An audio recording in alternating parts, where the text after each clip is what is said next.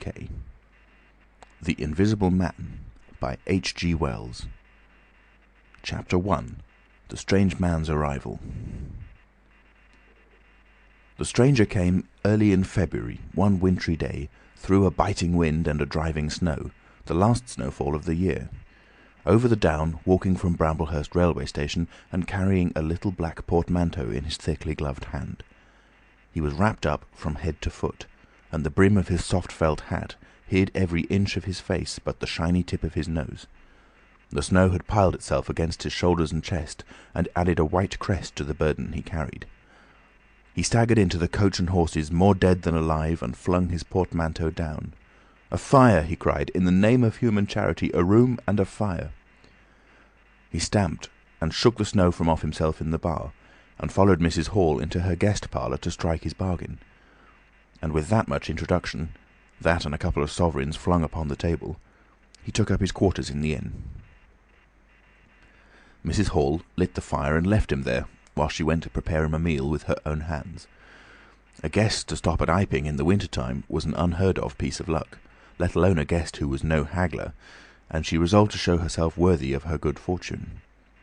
As soon as the bacon was well under way, and Millie, her lymphatic aid, had been brisked up a bit by a few deftly chosen expressions of contempt, she carried the cloth, plates, and glasses into the parlour, and began to lay them with the utmost éclat. Although the fire was burning up briskly, she was surprised to see that her visitor still wore his hat and coat, standing with his back to her, and staring out of the window at the falling snow in the yard. His gloved hands were clasped behind him, and he seemed to be lost in thought. She noticed that the melting snow that still sprinkled his shoulders dripped upon her carpet. "Can I take your hat and coat, sir?" she said, "and give them a good dry in the kitchen?" "No," he said without turning. She was not sure she had heard him, and was about to repeat her question. He turned his head and looked at her over his shoulder. "I prefer to keep them on," he said with emphasis, and she noticed that he wore big blue spectacles with sidelights, and had a bush side whisker over his coat collar that completely hid his cheeks and face. "Very well, sir," she said. "As you like. In a bit the room will be warmer." He made no answer, and had turned his face away from her again, and Mrs. Hall, feeling that her conversational advances were ill-timed, laid the rest of the table things in a quick staccato and whisked out of the room. When she returned, he was still standing there, like a man of stone, his back hunched, his collar turned up, his dripping hat brim turned down, hiding his face and ears completely. She put down the eggs and bacon with considerable emphasis, and called rather than said to him, "Your lunch is served, sir." "Thank you," he said at the same time, and did not stir until she was closing the door. Then he swung round and approached the table with a certain eager quickness. As she went behind the bar to the kitchen, she heard a sound repeated at regular intervals. Chirk, chirk, chirk, it went, the sound of a spoon being rapidly whisked around a basin. "That girl," she said. "There, I clean forgot it. It's her being so long." And while she herself finished mixing the mustard, she gave Millie a few verbal stabs for her excessive slowness. She had cooked the ham and eggs, laid the table, and done everything, while Millie, help indeed, had only succeeded in delaying the mustard, and him a new guest and wanting to stay. Then she filled the mustard pot, and, putting it with a certain stateliness upon a golden black tea tray, carried it into the parlour. She rapped and entered promptly. As she did so, her visitor moved quickly, so that she got but a glimpse of a white object disappearing behind the table. It would seem he was picking something from the floor. She rapped down the mustard pot on the table, then she noticed the overcoat and hat had been taken off and put over a chair in front of the fire, and a pair of wet boots threatened rust to her steel fender. She went to these things resolutely. "I suppose I may have them to dry now," she said in a voice that brooked no denial. "Leave the hat," said her visitor in a muffled voice, and turning, she saw he had raised his head and was sitting and looking at her. For a moment she stood gaping at him, too surprised to speak. He held a white cloth, it was a serviette he had brought with him, over the lower part of his face, so that his mouth and jaws were completely hidden, and that was the reason of his muffled voice. But it was not that which startled Mrs. Hall. It was the fact that all his forehead above his blue glasses was covered by a white bandage, and that another covered his ears, leaving not a scrap of his face exposed, excepting only his pink, peaked nose. It was bright pink and shiny, just as it had been at first. He wore a dark brown velvet jacket, with a high, black, linen-lined collar turned up about his neck. The thick black hair, escaping as it could below and between the cross bandages, projected in curious tails and horns, giving him the strangest appearance conceivable. This muffled and bandaged head was so unlike what she had anticipated that for a moment she was rigid. He did not remove the serviette, but remained holding it, as she saw now, with a brown gloved hand, and regarding her with his inscrutable blue glasses.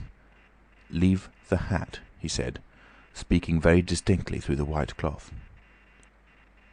Her nerves began to recover from the shock that they had received. She placed the hat on the chair again by the fire. I didn't know, sir," she began, "that—" and she stopped, embarrassed. "Thank you," he said dryly, glancing from her to the door, then at her again. "I'll have them nicely dried, sir, at once," she said, and carried his clothes out of the room. She glanced at his white swathed head and blue goggles again as she was going out of the door, but his napkin was still in front of his face. She shivered a little as she closed the door behind her, and her face was eloquent of her surprise and perplexity. "I never," she whispered. "There." She went quite softly to the kitchen, and was too preoccupied to ask Millie what she was messing about with now, when she got there. The visitor sat and listened to her retreating feet. He glanced inquiringly at the window before he removed his serviette and resumed his meal.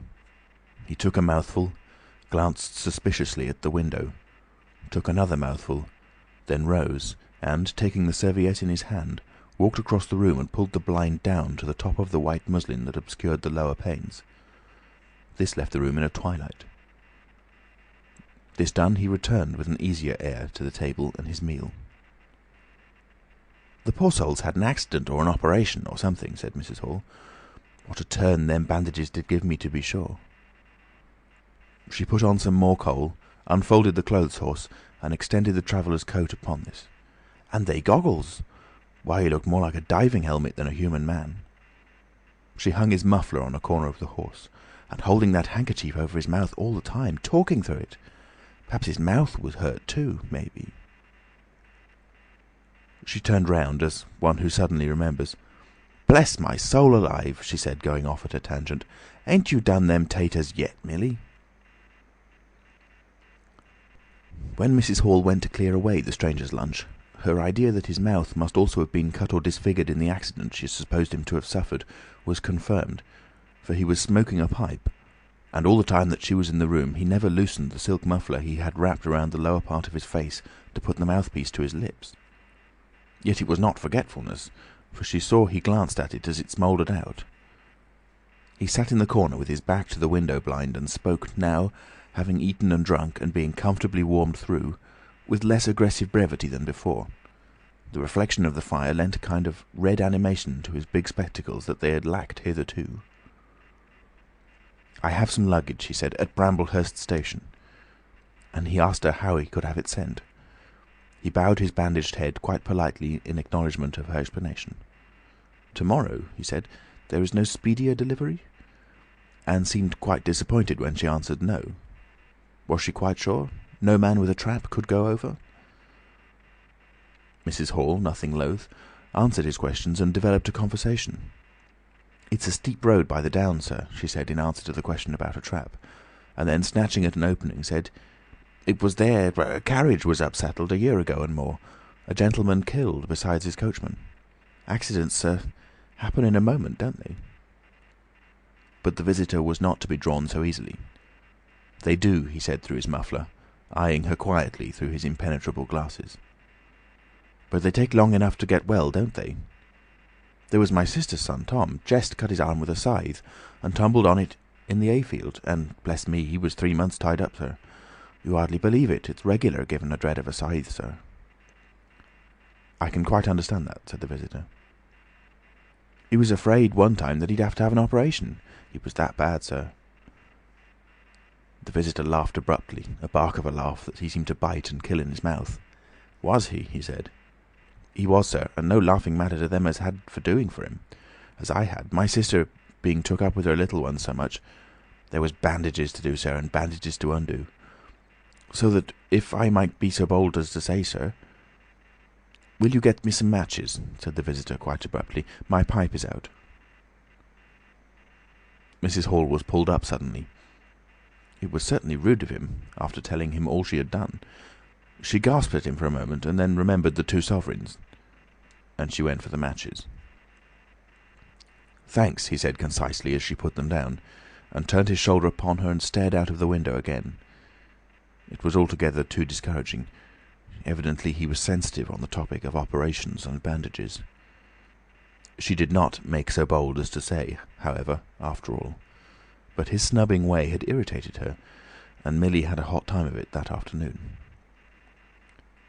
The visitor remained in the parlour until 4 o'clock, without giving the ghost of an excuse for an intrusion. For the most part he was quite still during that time. As it would seem, he sat in the growing darkness, smoking in the firelight, perhaps dozing. Once or twice a curious listener might have heard him at the coals, and for the space of 5 minutes he was audible pacing the room. He seemed to be talking to himself. Then the armchair creaked as he sat down again. Chapter 2. Mr. Teddy Henfrey's First Impressions. At 4 o'clock, when it was fairly dark and Mrs. Hall was screwing up her courage to go in and ask her visitor if he would take some tea, Teddy Henfrey, the clock jobber, came into the bar. "My sakes, Mrs. Hall," said he, "but this is terrible weather for thin boots." The snow outside was falling faster. Mrs. Hall agreed, and then noticed he had his bag with him. "Now you're here, Mr. Teddy," said she, "I'd be glad if you'd give the old clock in the parlour a bit of a look. 'Tis going, and it strikes well and hearty, but the hour hand won't do nothing but point at 6. And, leading the way, she went across to the parlour door and rapped and entered.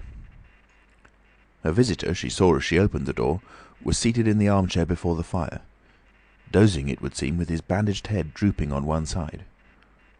The only light in the room was the red glow from the fire, which lit his eyes like adverse railway signals, but left his downcast face in darkness, and the scanty vestiges of the day that came in through the open door.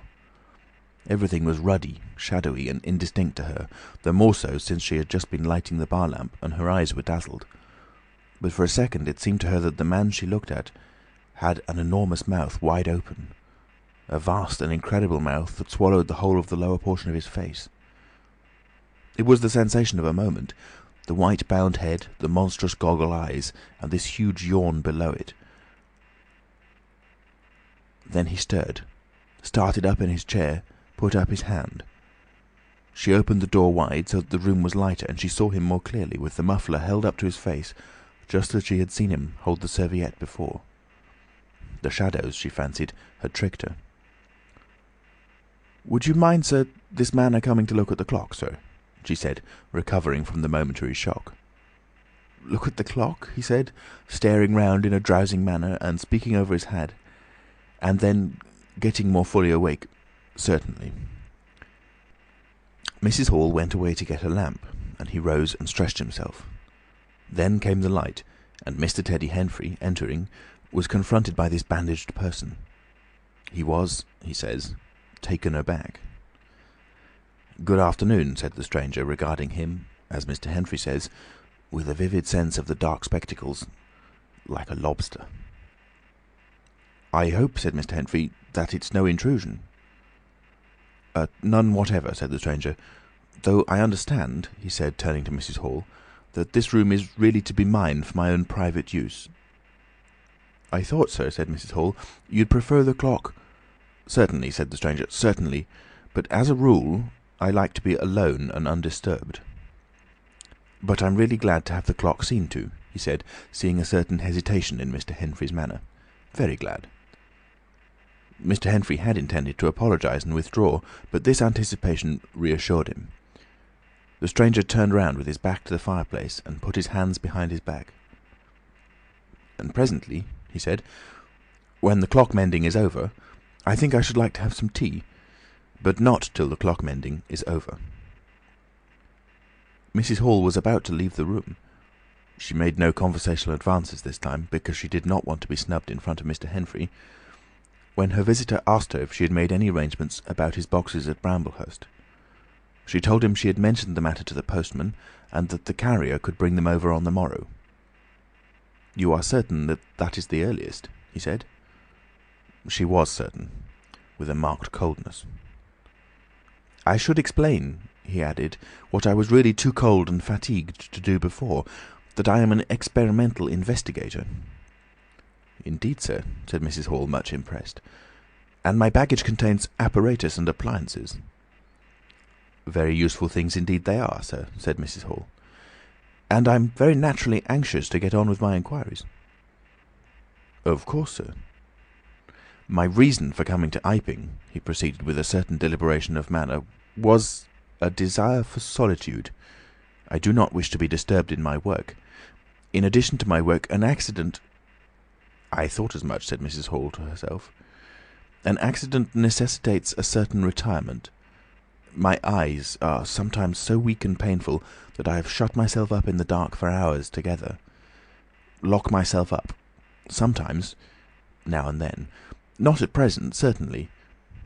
But at such times the slightest disturbance, the entry of a stranger into the room, is a source of excruciating annoyance to me.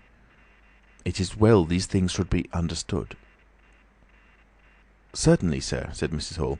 "And if I might make so bold as to ask—" "That, I think, is all," said the stranger, with that quietly irresistible air of finality he could assume at will.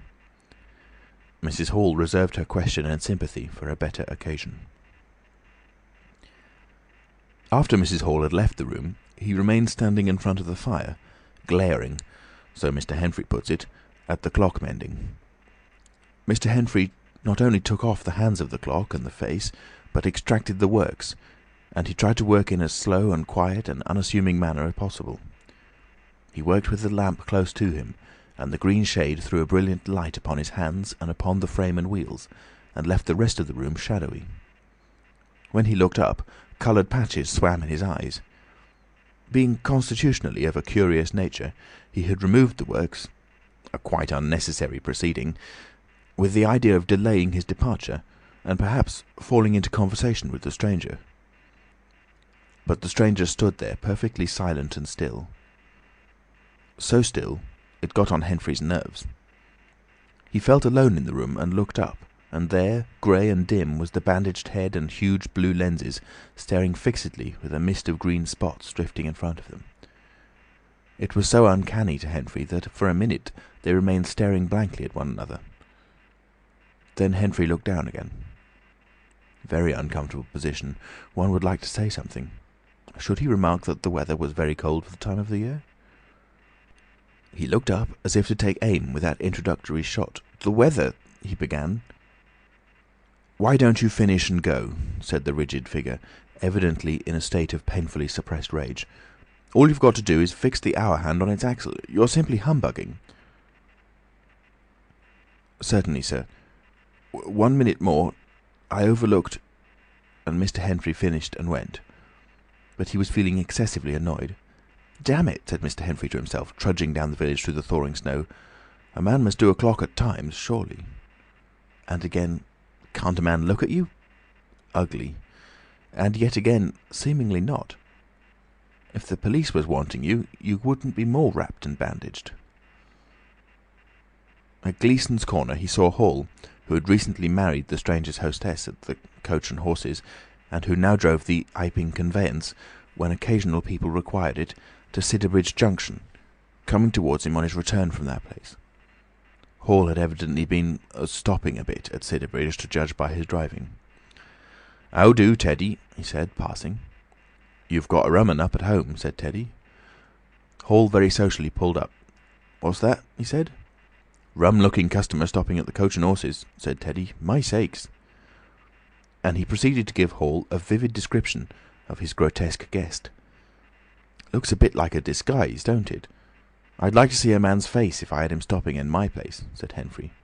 but women are that trustful when strangers are concerned. He's took your rooms and he ain't even given a name, Hall." "You don't say so," said Hall, who was a man of sluggish apprehension. "Yes," said Teddy, "by the week. Whatever he is, you can't get rid of him under the week. And he's got a lot of luggage coming tomorrow, so he says. Let's hope it won't be stones in boxes, Hal."